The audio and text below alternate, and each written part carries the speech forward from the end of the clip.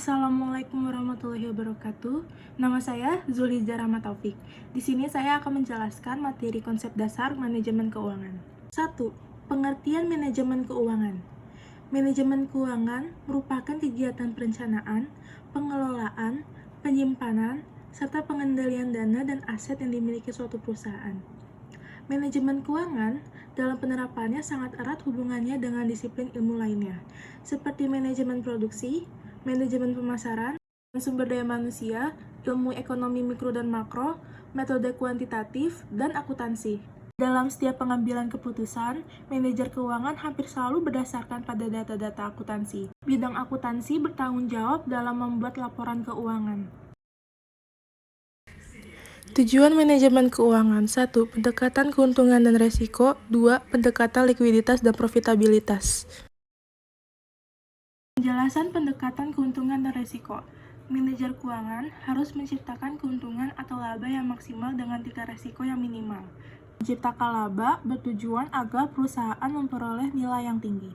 Tingkat resiko yang minimal diperlukan agar perusahaan tidak memperoleh kerugian. Laba yang maksimal maksudnya adalah agar perusahaan memperoleh laba yang lebih besar, sesuai dengan tujuan setiap perusahaan yang didirikan. Resiko yang minimal maksudnya adalah agar biaya operasional perusahaan diusahakan sekecil mungkin dengan jalan efisiensi. Fleksibilitas usaha, agar manajer keuangan selalu berusaha menjaga maju mundur perusahaan. Pendekatan likuiditas profitabilitas, menjaga likuiditas dan profitabilitas. Likuiditas berarti manajer keuangan menjaga agar selalu tersedia uang kas untuk memenuhi kewajiban finansialnya dengan segera. Profitabilitas berarti manajer keuangan berusaha agar memperoleh laba perusahaan, terutama untuk jangka panjang. Fungsi manajemen keuangan ada 3, yaitu 1. Fungsi pengendalian likuiditas. Terdiri 1. Perencanaan aliran kas, forecasting cash flow, agar selalu tersedia uang tunai untuk memenuhi pembayaran apabila diperlukan. Yang kedua, pencarian dana raising of funds dari luar atau dari dalam perusahaan, agar diperoleh dana yang biayanya lebih murah dan tersedianya dana apabila saat diperlukan. 3. Menjaga hubungan baik dengan lembaga keuangan, misalkan dengan perbankan, untuk memenuhi kebutuhan dana apabila diperlukan oleh perusahaan. Yang kedua, fungsi pengendalian laba. Terdiri dari 1. Pengendalian biaya, cost control, yaitu untuk menghindari biaya yang tidak perlu dikeluarkan. Yang kedua, penentuan harga, pricing, agar tidak terlalu mahal dibandingkan dengan harga barang sejenis dari pesaing. Yang ketiga, perencanaan laba, profit planning, agar dapat diprediksi keuntungan yang diperoleh pada periode yang bersangkutan, sehingga dapat merencanakan kegiatan yang lebih baik pada periode mendatang. Yang keempat, pengukuran biaya kapital, cost of capital, perhitungan modal pemilik perusahaan terhadap biaya-biaya. Fungsi manajemen keuangan yang ketiga yaitu fungsi terhadap manajemen, yang terdiri dari 1.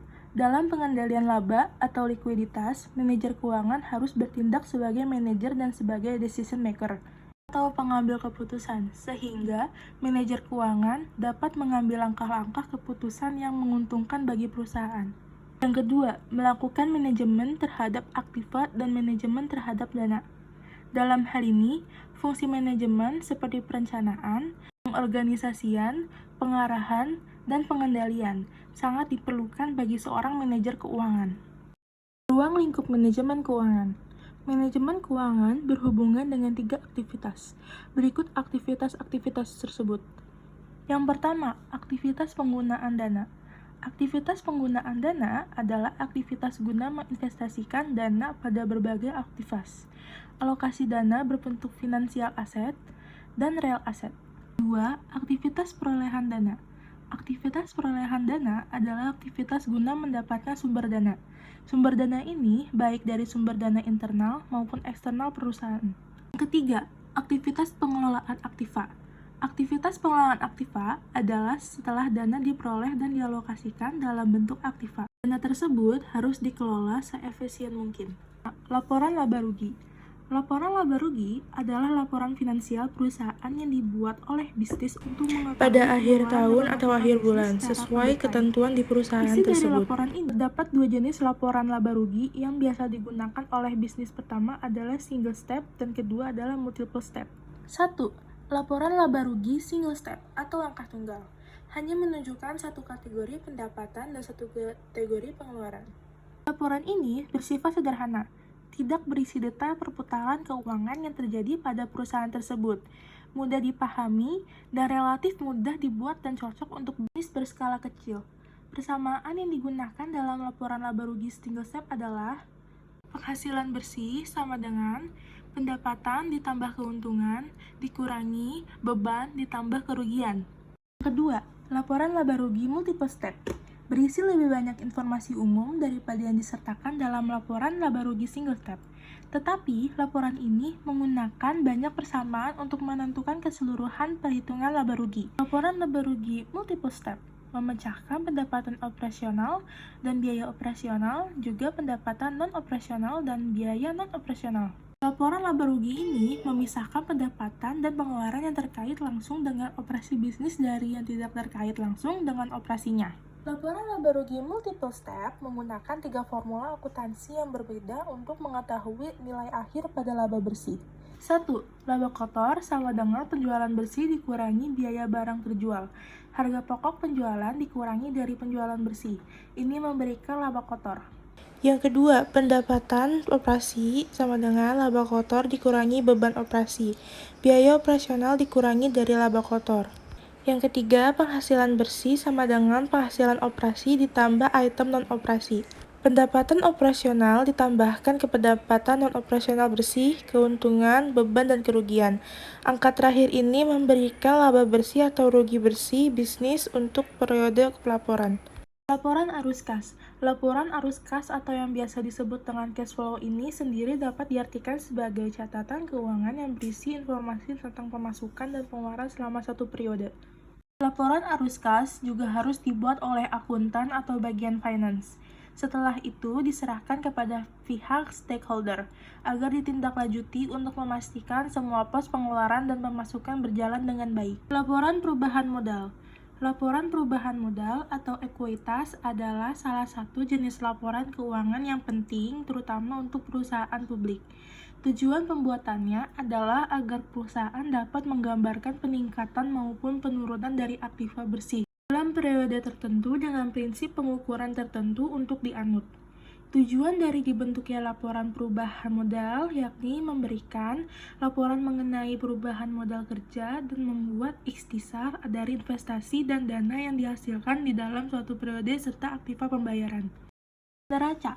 Laporan neraca atau balance sheet biasanya terdapat beberapa informasi mengenai akun-akun aktiva, serta hal-hal yang menjadi kewajiban perusahaan dalam satu periode.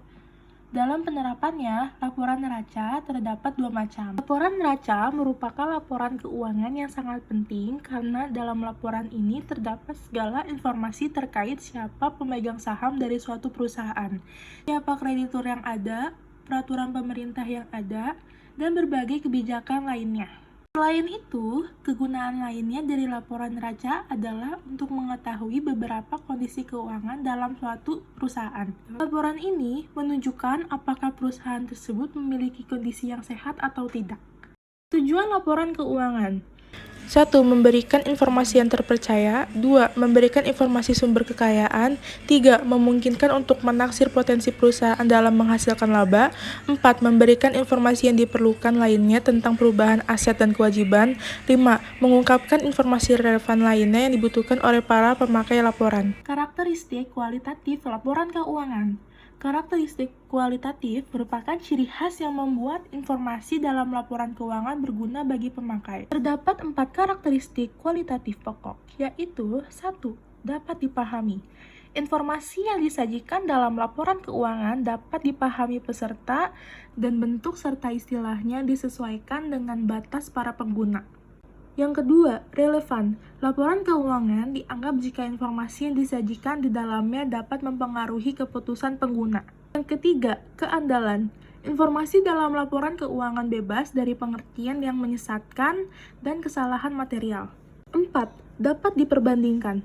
Informasi yang disajikan akan lebih berguna bila dapat diperbandingkan dengan laporan keuangan pada periode sebelumnya.